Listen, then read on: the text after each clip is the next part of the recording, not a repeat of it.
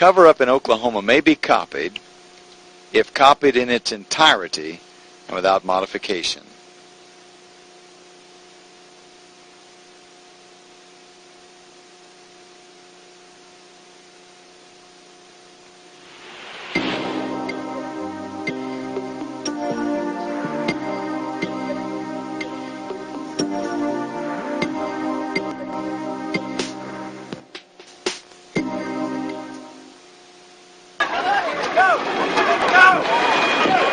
I think he said another bomb. Another bomb, move back. Oh my God, another bomb.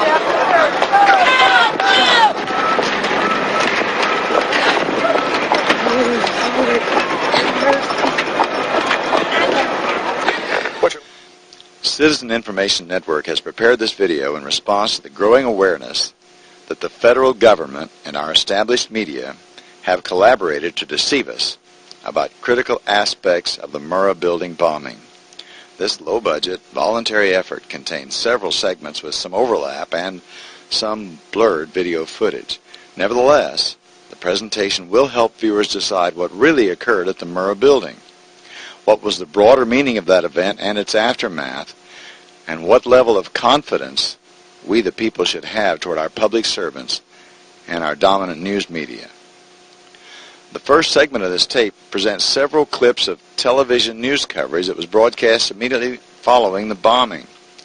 Most Americans are still unaware of the facts revealed by these early reports. We just saw, if you were watching there was a white pickup truck backing a trailer into the scene here. They're trying to move people out of the way so they can get it in. Appears to be the Oklahoma County Bomb Squad. It's their bomb disposal unit, essentially, is what it is, and it is what they would use to, if the report that we gave you just a few moments ago turns out to be correct, that they have found a second explosive device of some kind inside this building, they'll back that trailer down there, and the bomb squad folks will go in, and they will use that trailer. You see the bucket on the back there, sort of, this is how they would transport the explosive device away from this populated area to try to do something with it. If you are outside the metro area, you'd have to be well outside the metro area if you did not feel the blast that occurred. This is just a few moments ago. People running north away from the federal building, you see them. Now confirmed through federal authorities that a second bomb has been found inside that federal building in Oklahoma City. It was an explosion at 9 o'clock this morning that did that damage you're looking at right there, blowing off the entire north face of that building. Again, you're looking at the north face there. A second bomb was found on the east side of that building. A bomb squad is on the scene. That second bomb has not exploded. We don't know quite the status yet, if they've managed to defuse it, but it has been confirmed that a second bomb was found on the east side of that building. And Dave Balut here joining me. Dave, what do you have to add? Well, I just took a look down the street at the Murrah building again. I see another bomb truck going, so apparently they're going to try to get out that third bomb that's been talked about. Still a lot of activity around the Murrah building. Security concerns that another one still might go off. That's what everybody's worried about. That's the reason they have moved the media. Everyone's back. Let's take a look now, if we could. Understand we've just received videotape in a news conference held just a few moments ago at St. Anthony's Hospital. Okay. This is Tom Caniglione. He's medical director of St. Anthony Hospital. This is Jim Maravich. He is Chief Operating Officer and Executive Vice President of the hospital. I'll give you their cards after the conference is over so you'll know the spelling. Doctor, can you tell us the situation? The situation at the present time is that we have treated more than 56 injuries. There have been several more since last count. At the present time, the medical teams downtown are unable to get into the wreckage to retrieve more of the injured because of the presence of other bombs in the area. I've been told by the police department that just as soon as those bombs are defused, they will permit the medical teams to enter. And then once the medical teams enter, we expect quite a large number of rather badly injured individuals being brought here. tell us exactly where you were when the explosion hit? I was in the City Courts building, which is just about 2 blocks south and 1 block west of the federal building, and it was amazing that people walked down in the street and we looked in that direction, and several people said, well, it looks like that's the federal building. Somebody's bombed the federal building, somebody's bombed the federal courthouse, which was right across the street, because really there was nothing else that would explain this kind of force. That's what came to everyone's mind, was that it must be some type of explosive. Yeah, Mike, hang with us just for a second. We want to update our audience that the Justice Department is reporting that a second explosive device has been found in the A.P. Murrah building in downtown Oklahoma City. Mike, you're still with us, aren't you? Yes, I am, and I might tell you in addition to that, that in fact what we were told at the scene a few minutes ago was that in fact 2 different explosive devices were found in addition to the one that went off. So a total of 3. A total of 3, and of course then there was mass confusion whenever there were hundreds of spectators in the area, and when they heard that there were other bombs in the building, people were running from the area in the opposite direction as fast as they could, trying to evacuate again. And you see the utter devastation that one explosion caused, because here's now what we are starting to learn about the succession, or what someone obviously hoped would be a succession of explosions. The first bomb that was in the federal building did go off. It did the damage that you see right there. The second explosive was found and diffused. The third explosive that was found, and they are working on right now as we speak, I understand, both the second and third explosives, if you can imagine this, were larger than the first. So try to imagine 2- or 3-fold happening what we've already seen there. It is just incredible to think that there was that much heavy artillery that was somehow moved into the downtown Oklahoma City Federal Building. This report of a second and third explosive device having been brought into the Murrah building was broadcast before federal government officials and a compliant national media at the network level had the opportunity to massage the data, reducing the number of explosives and explosions to 1, and positioning that bomb out in the street, not in the building. Moreover, these anchors reported that it was the first explosive device inside the building that caused the devastation. The second and third bombs were undetonated. Those bombs, in the possession of the authorities, would provide information about the perpetrators of this monstrous crime. Again, you're looking at, obviously, aerial pictures from Chopper 4. They kept us out for a while because of obvious reasons, and we respect their demands on that. The reasons may have been obvious to these reporters, but they're not obvious to the rest of us.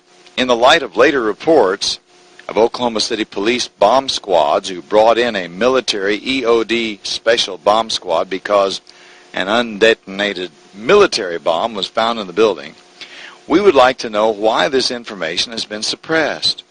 Were the media people who claim to be the eyes and ears of the people shut out while federal agents removed security cameras which had recorded all activity in front of the federal building?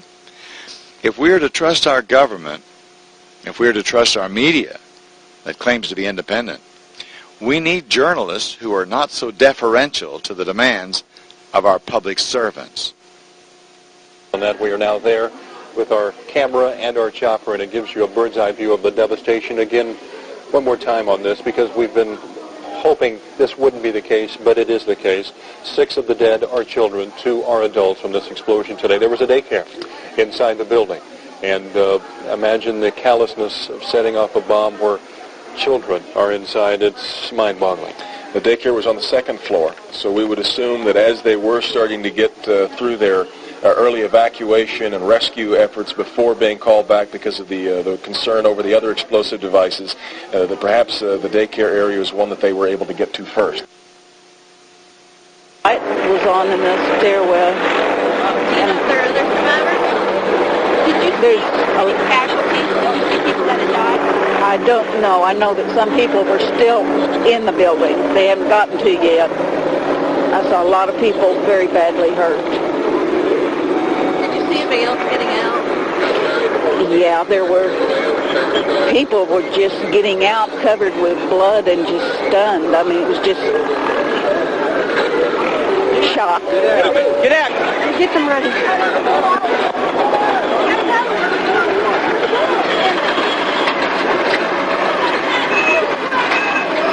Patsy, people get back to the country. And this is the point now where the evacuations began again, and you can see everybody starting to leave downtown for fear that the exact same thing was about to happen again. Fortunately, it didn't, because the second device that they found, we understand, was even more powerful than the first. They then found a third device, and you can see the look on this woman's face at the fear that she might have to go through the same thing again. They then found a third device, which was also larger than the first. Hard to feel lucky at this point, but certainly through some good work by some munitions experts and the explosive sniffing dogs, further tragedy has almost certainly been averted here today. The reports I have is that one device was deactivated. Apparently there's another device, and obviously whatever did the damage to the Murrah building was a tremendous, very sophisticated explosive device. So President Clinton just called Governor Frank Keating, and he says that 3 FBI anti-terrorist teams are en route to Oklahoma City. Right now, they are saying that this is the work of a sophisticated group. This is a very sophisticated device, and it has to have been done by an explosives expert, obviously with this type of explosion.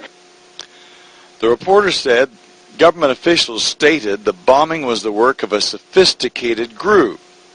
The explosive that went off in the building was a very sophisticated device. It would take an explosive expert to have done that amount of damage. Now, these news reports were all made during the first few hours since the tragedy struck. Given a little time, government spokespeople changed all this. It wasn't a sophisticated group, but rather 2 or 3 men of nondescript skills. Nor was it a very sophisticated device. Why, it was just a mix of fertilizer and ammonia that any old farm boy could put together. And the damage, massive as it was in complete concert with the explosives in a car, later a truck, parked out in the street. Say, isn't it funny how a little time changes things? Also, we're getting word now that President Clinton is sending anti-terrorism units down here to look over the situation to find out exactly what went on and what other danger may be out there in Oklahoma City. That's something we need to think about, unfortunately, this time, because, as we've told you, 2 other explosive devices were found that were not detonated, and they were larger than the first. Weather is going to make things far more difficult, unfortunately, on the firefighters down there, because, as we've told you on a couple of occasions now, they are really only just now beginning, thanks to the big, I guess it was about an hour-and-a-half delay or so, while they were worried about the second and third devices that they had found. They are really only now starting to really get full force into the rescue and search operation, going all through all 9 floors of the building that are above ground, 4 floors of parking garages that are below. You talk about the second bomb that was found. Devin told us earlier, we got information that the second and third bomb were bigger than the one that was detonated. 1,200 pounds of explosives in that first one that went off. The second and third devices that were found were actually larger than that, so you can imagine what that would have been like.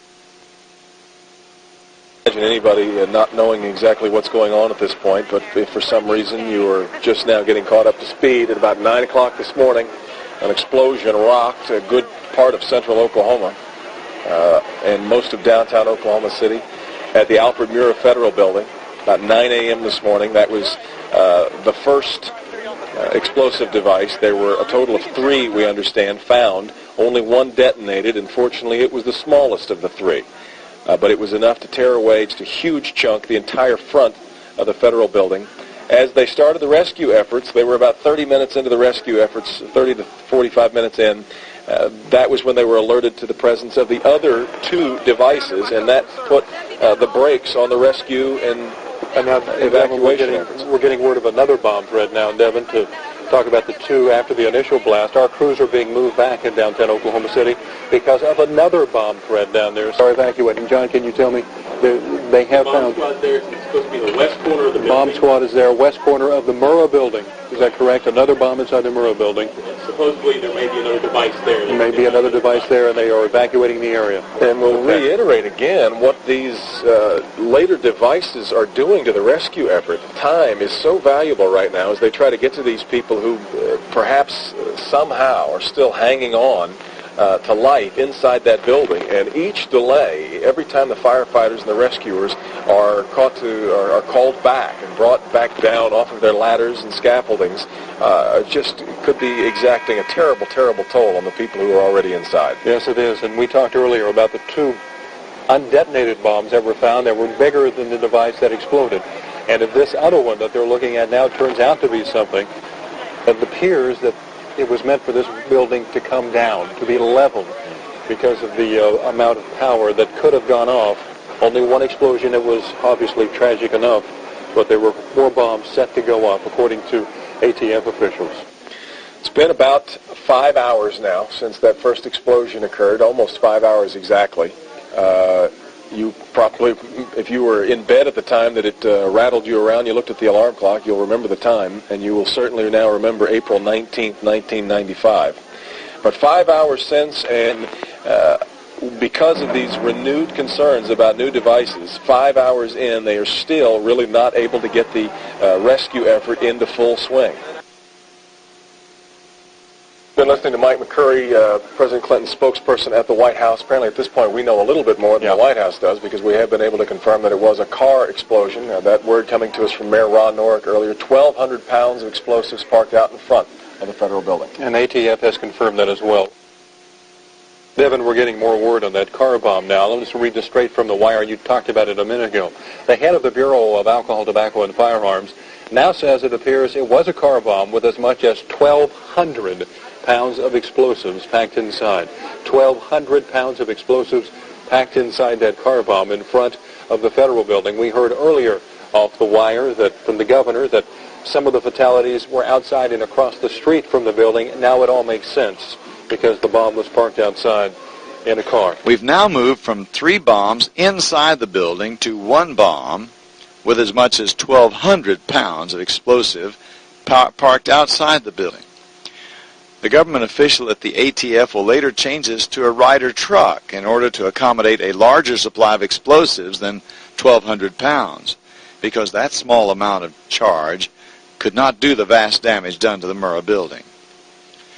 But the steady escalation of the amount of explosives on the street and the invention of a bright yellow truck doesn't solve the problems the ATF officials and the obliging media representatives are dealing with.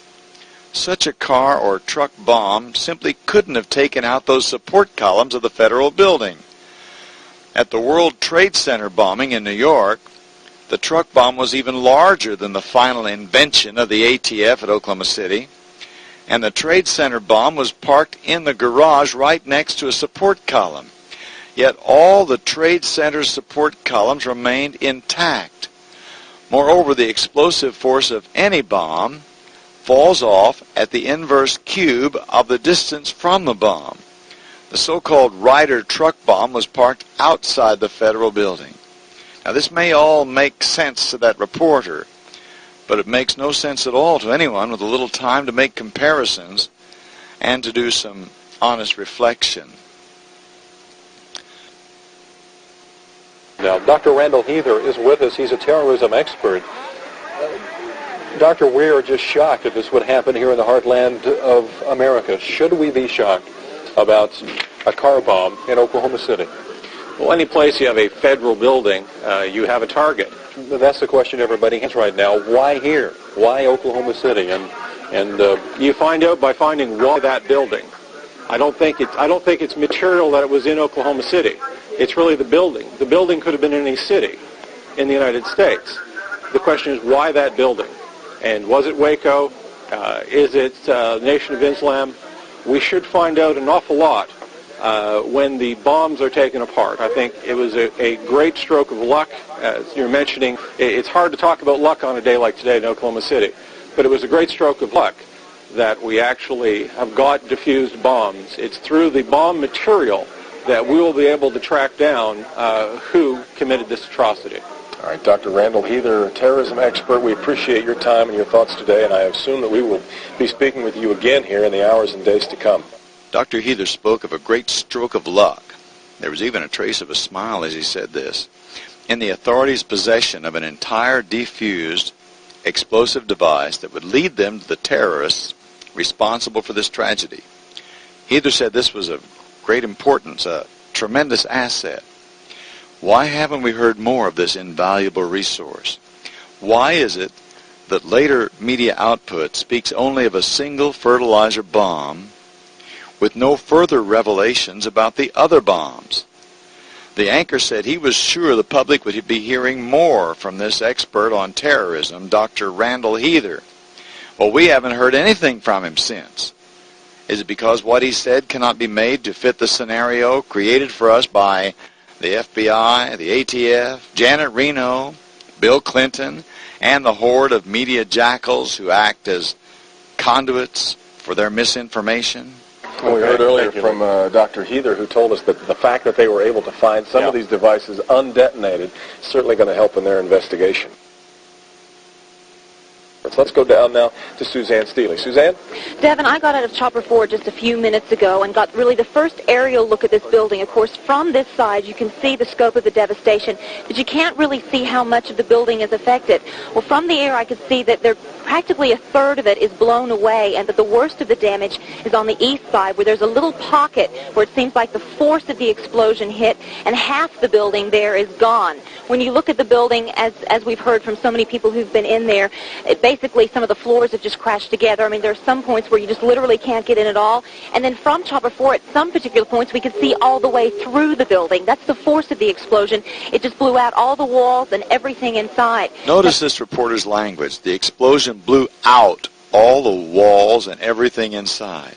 She didn't say the walls were blown in or that everything inside was blown further in. They were all blown out. This report, which came early in the ordeal, is consistent with other journalists' news stories.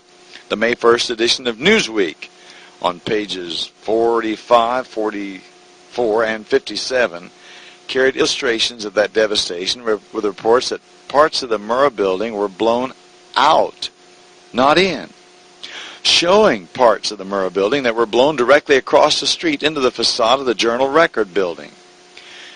It's clearly a physical impossibility for a bomb in a car or truck to blow parts of the federal building out, making a path directly across the parking site of that car or truck and hitting the Journal-Record building. However, explosives inside the Murrah building would have created just such a pattern of destruction. Further corroboration of the inside nature of this terrorist work may be seen in the May 1st edition of Time magazine, which details the experience of Candy Avey, who had just parked her car outside the building and was headed for the Social Security office when she was blown back, wrapped around the parking meter. Her face hit the car. Now, she was blown back, away from the building, rather than toward it, as would have been the case had the explosion come from the street in front of the building. Note these large pieces of debris that were thrown all the way across the street from the Murrah building.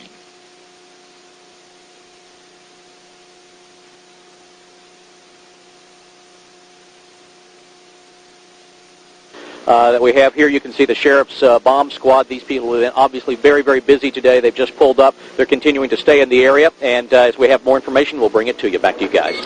Where has all this information gone? How did these many reports and all this evidence of an explosion and explosives within the building become condensed into a single fertilizer bomb located in a vehicle on the street outside?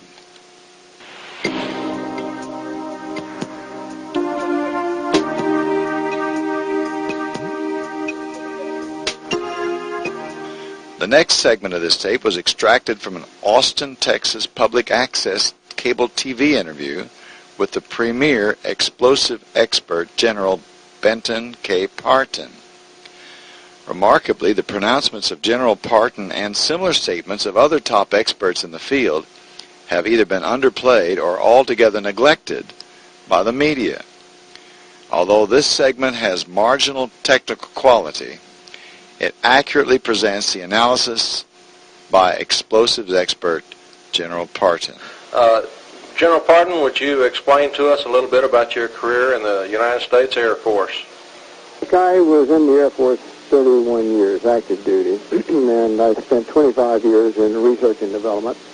Most of that was in the weapons area. I had graduate training in armament engineering. I went through the various laboratories at the Ballistic Research Laboratory, where I designed warheads. In fact, I did the design and development work for the first Beaumont warhead there.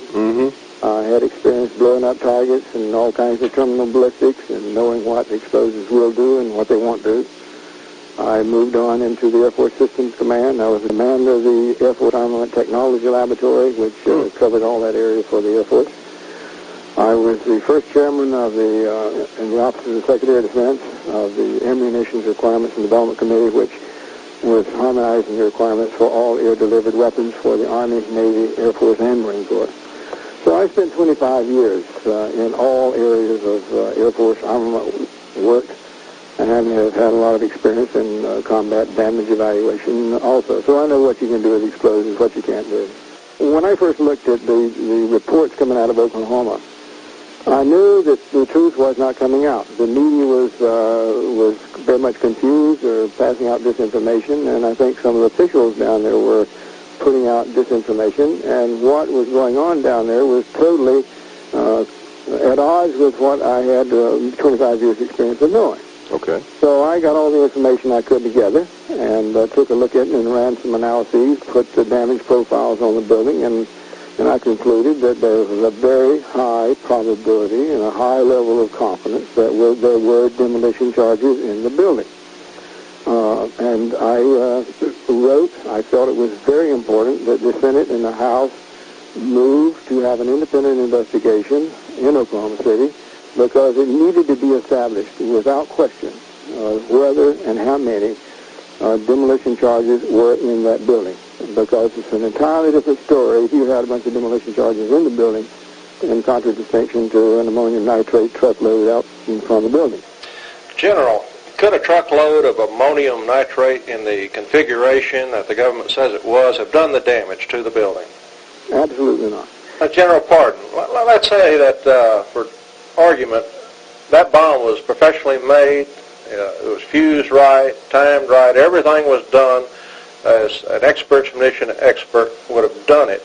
Just what would have been the damage to the building, and would that have been possible if it was all correctly done with that truck bomb? Very light damage. General, with your background in explosives and munitions, what's your speculation of what actually happened in Oklahoma City? I don't want to speculate. I want to tell you what happened. And as I said, I went through literally hundreds and hundreds of pictures that were covering the removal of the debris from the building site. And I was looking for those specific locations and the columns at those specific locations where my analysis said you would have had to have a demolition charge at. And going through those as they were clearing the site, all those demolition charge positions were clearly revealed. Now, for the television audience, I have a number of charts here, but I'll talk through them, and people can understand what is being said. Sure. The first picture shows the the building down there just a few seconds before the blast. Mm-hmm. And you can see the cars, the light poles, with some aluminum light pole fairly close to it. And the next picture shows is taken about 33 minutes after the demolition, and there's a little aluminum light pole that's over there very close to the building. It's still standing. The sign that was over here, the signs are gone, but the frame is still across the street. The frame, the pole that was on is gone, and you have this monstrous gapping side of the building removed. I don't care what was in the truck. It wasn't whether it was a high-energy military explosive or whether it was ammonium nitrate. Either case, you would not have had the energy to do to the building what was done, both from an order of magnitude as well as the pattern of destruction. Okay. Now, for the benefit of the TV viewers, let me show a chart of the vertical profile of the building. This chart shows across the A row, the columns in red are not down. That was A2 through A8 are all down. Mm-hmm. And in the second row, column B3 is down. Mm-hmm. Before I knew precisely the relation, and when I sent the letter to the Senate and the House, I put the truck bomb out where it was supposed to be, and I showed a sphere of ammonium nitrate about 4 feet in 4.5 feet in diameter, with a pressure of 500,000 pounds. By the time it reaches the first column, you're down around 2,000 pounds per square inch. By the time it reaches the second row of columns, you're down around somewhere between 285 and 40. Well, just beyond the B column, you're in the 40-pound region. And from there, if you reach out to A7 from that location, you're down around 11 pounds per square inch, and the A7 was a very, very massive and heavy column. There's absolutely no way. Now, you could have brought it down from there. But I say this: the maximum reach of the bomb would have been into B3 because that's where the column came down. But the truck bomb was not in front of column A3. It was over beyond column A4. And column B4 and B5 in the middle row would have seen a lot more impulse than the column B3, which came down. In fact, it would be about twice as much impulse as column B3. And so if you were going to bring down a column, it would have been B3 or B4 or B5, and certainly not B3.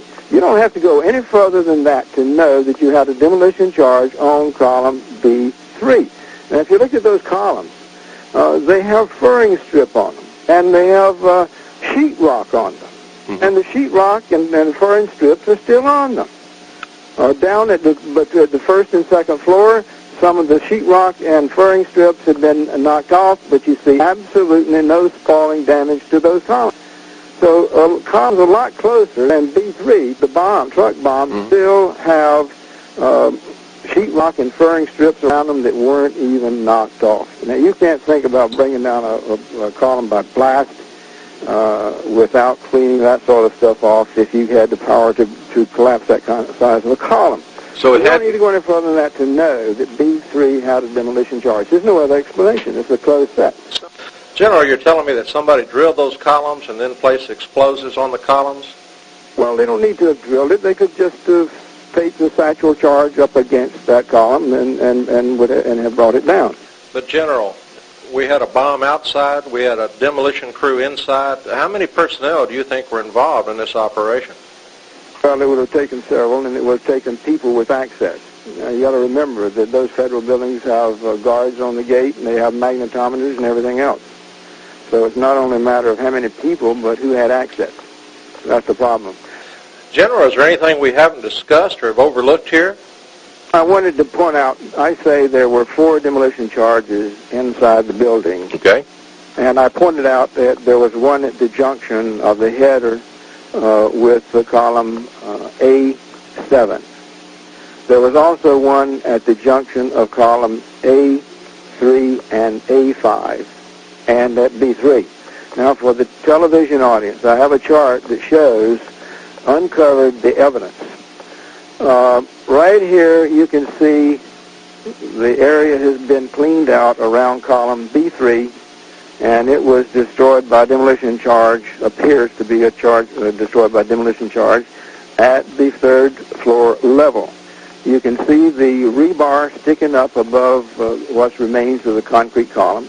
There's no other extensive damage around on the column. It's just where the detonation wave pressure ran out, and the granular destruction of that column petered out, but you still have the rebar still sticking up. Now, at the header, there's been uncovered. It went across. That's about a 3 foot by 5 foot, or a little less than that, beam. And you can see column A3 standing up. There is no spallation on it. You can see the rebar sticking out of the top. You can see the Art Deco rings around the column. And that was the demolition charge at A3, peeled out the concrete from the rebar down just a little below that header. And you can see on the right side, the header to the right, you can see where the rebar is completely exposed and the concrete is outside of the zone from in around that rebar. General Parton, can you give us your conclusion to these matters? Well, Chuck, my conclusion is that there had to have been those 3 demolition charges in the building at A3, A5, and A7. Okay. Panic column B3. Okay. Now, when I wrote the letter to the House, I said it was perfectly possible for that to have been done because those columns were available to people from the street. And I expected when I looked at it, if it had been some outside job, the demolition charges would have been at the base of B3, B5, and B7. But they weren't. They were up at the third floor level, which says those charges were on the third floor. And you look at the end of the column there, look at the end of the beam over at column A7, and you can see at the top of that column you had more destruction than you did at the bottom. In other words, the demolition charge was on top of the column at that juncture, inside of the building and not outside of the building. Why were they in such a hurry to bring the building down? Well, I can say that we don't know who did the damage down there, but I know who's covering it up. They not only brought the building down, they cleared out the site, they covered the site with dirt, they carted the 200 tons of building over to a site, and I was under the impression it was a raid out for further possible inspection, but we went over to that site, and there were guards at the gate. You were not permitted to enter, and we were told by the people at the site that all the material was buried. They dug holes and buried it. So the conclusions of your investigation is that there's another classic cover-up going on. Obviously. It's a classic cover-up. A classic cover-up. So if you weren't under that desk, you wouldn't have made it. Well, my floor was okay, and the ceiling had come down, but there was still concrete above, so it was just a corner of the office that was left that we were in. Everybody else that we worked with is gone. Are you okay? Just the corner of your office was okay? And the rest of the floor was completely flattened? And we could go over the edge and look, and you could see the sky and as far down as you can look, and just a hole. And which floor were you on? Fifth. On fifth? Fifth floor. Please listen very closely to this momentous account given when events were still vivid in the mind of this survivor. Note that the building was already going down before any bomb outside had been detonated. Indeed, a street bomb would first blow in the Murrah building's window glass, but this survivor's account has the building quaking several seconds before the glass was blown in. So just the one corner of the fifth floor wasn't completely flattened? I don't know what the west end of the building looks like. How did everybody just crawled out of the desk? Get this straight to the ambulance. It was like slow motion. We crawled under before the glass started coming, and everything it just seemed to roll in on us. I thought it was an earthquake when it started. It was just a kind of a shake, and then everything started going like this, and I dove under the desk, and then all the glass came in, and the ceilings came down, and I probably got cut worse if I hadn't been under the desk. I just got little scrapes and scratches. I was really lucky. Really lucky. Didn't we just hear this survivor indicate the building was quaking several seconds before the window glass blew in?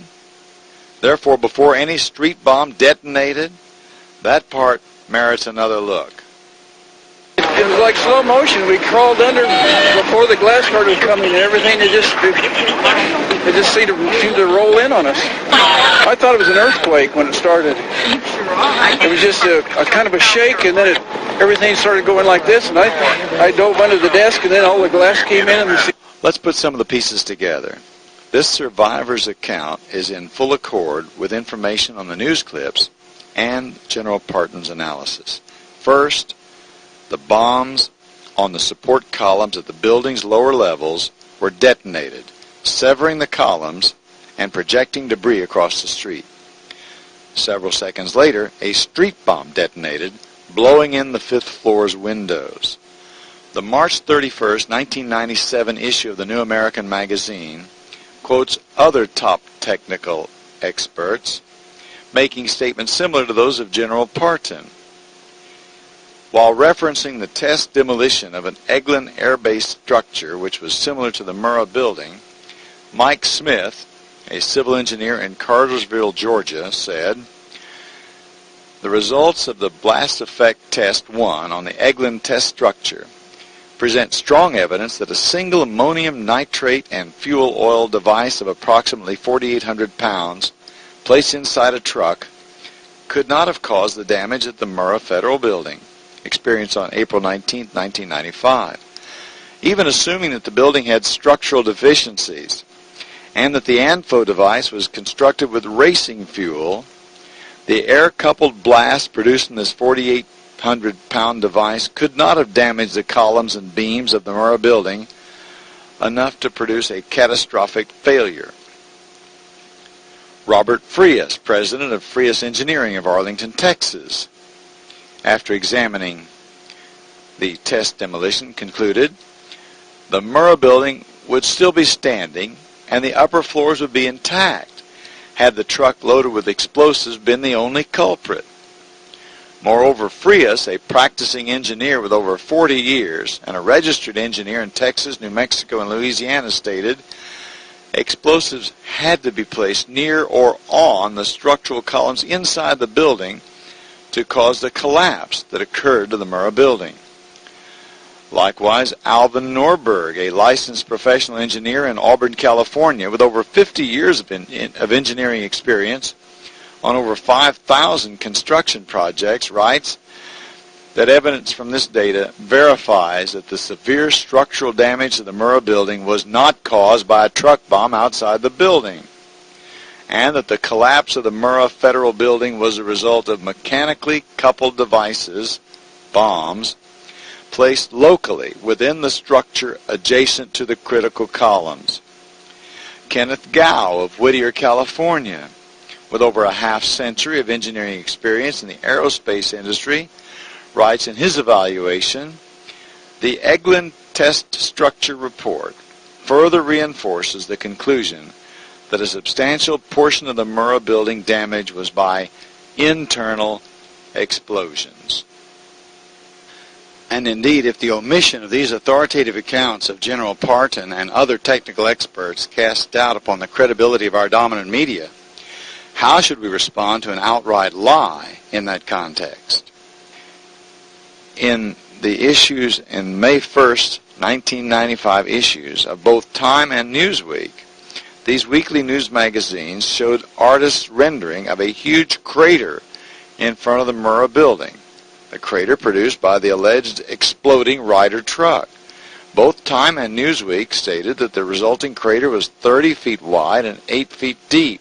That's a crater big enough to swallow up a Winnebago or a medium-sized school bus. Now, why did Time and Newsweek just present the artist's rendering and not an actual photo of that huge crater? We know why. Because we have early video footage taken just after the bombing.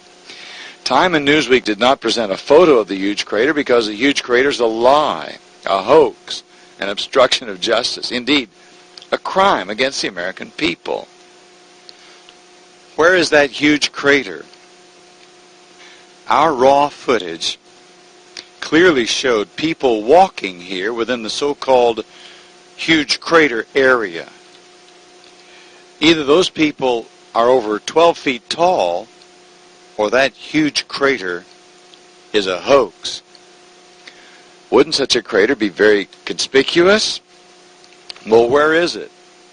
We believe the huge crater hoax is just one glaring part of the bigger hoax created by our media and our government in order to cover up the truth that the Murrah building was blown up from within by people who had free access to federal buildings. Further confirmation of the government media fabrication of a vast crater may be found in Michelle Marie Moore's detailed account of the Murrah building bombing, titled Oklahoma City, Day 1. On page 61, Moore discloses that the plywood that workers placed in front of the building, supposedly to cover the huge crater, concealed instead merely some scattered debris. It appears that a tiny, suspiciously shaped crater, too small for detection by aerial video, might have existed. But this tiny crater was too small to plausibly suggest an explosion outside the Murrah building, large enough to have been the sole cause of such massive damage. Accordingly, the huge 30-foot wide by 8-foot deep hoax crater was invented to hide the fact that the critical bombs were strategically placed inside the building by people who were protected from above and who had free access inside the Murrah building. Eyewitness reports and expert testimony have firmly established that the multiple bombs that were placed inside the building contained explosive charges sufficiently to do all the devastation that we've seen. Therefore, it would appear that the purpose of placing a bomb in a vehicle outside the building was to divert attention from those who had access to those support columns inside. That this aspect of the cover-up has been successful may be seen in the focus of subsequent media coverage and government press releases, all of which wrongfully placed the blame for this tragedy on people who were in disfavor with the government. Prior to that awful day, so-called anti-terrorism legislation that severely curtails the ability of the people to defend themselves against government intrusions on their liberties had been stalled in Congress. After the Oklahoma City tragedies, Congress easily passed these bills, granting more power to the ATF, the FBI, and other government entities. It's more than curious that personnel from those agencies, said to be the target of the April 19th bombing, were conveniently absent from their Murrah building offices that day. Now, we're also hearing from some witnesses on the scene that they've overheard from firefighters that were first on the scene that there was a possibility that there was a secondary explosive device besides the car bomb device outside the building, and that device may have been placed near the nursery. Oh my God, another bomb.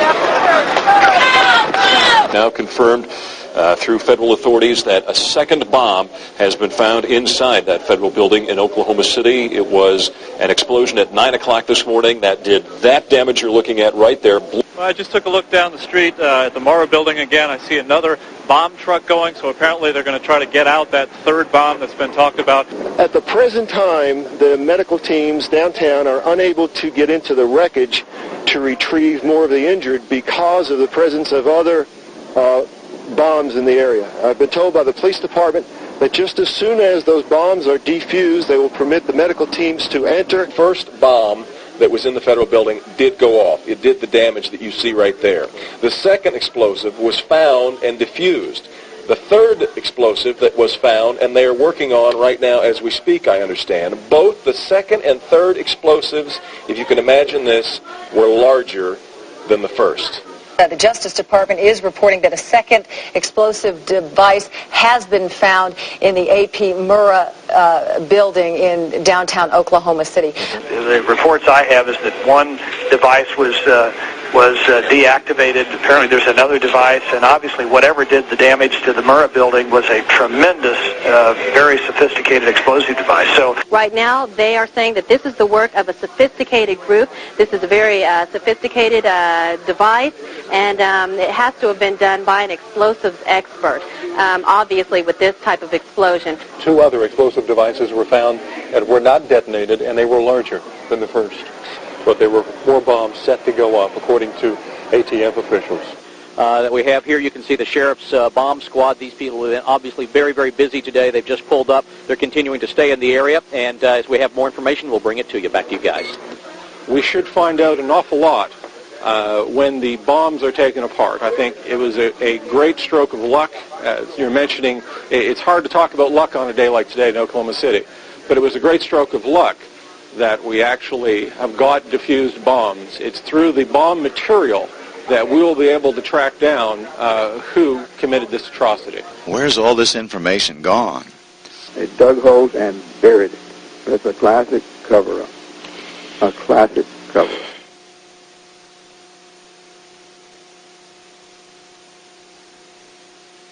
The Murrah bombing trial is over.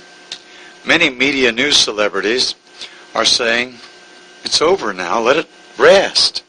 The culprit was apprehended, tried, and convicted. Such a trial ought to provide opportunities for the discovery of truth. In contrast, this trial, a piece of deception, offers us a study of how to suppress the truth.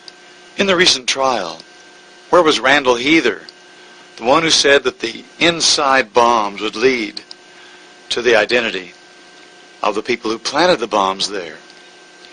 And what about General Parton and the other explosive experts eager to testify who were totally eclipsed? And that survivor whose account indicated the presence of bombs inside that building? The rescuers who were called away again and again because of the presence of other explosives inside the Murrah building? The bomb squad, so ever present at the bomb scene, so conspicuously absent at the trial. The American people require the truth that leads to remedy.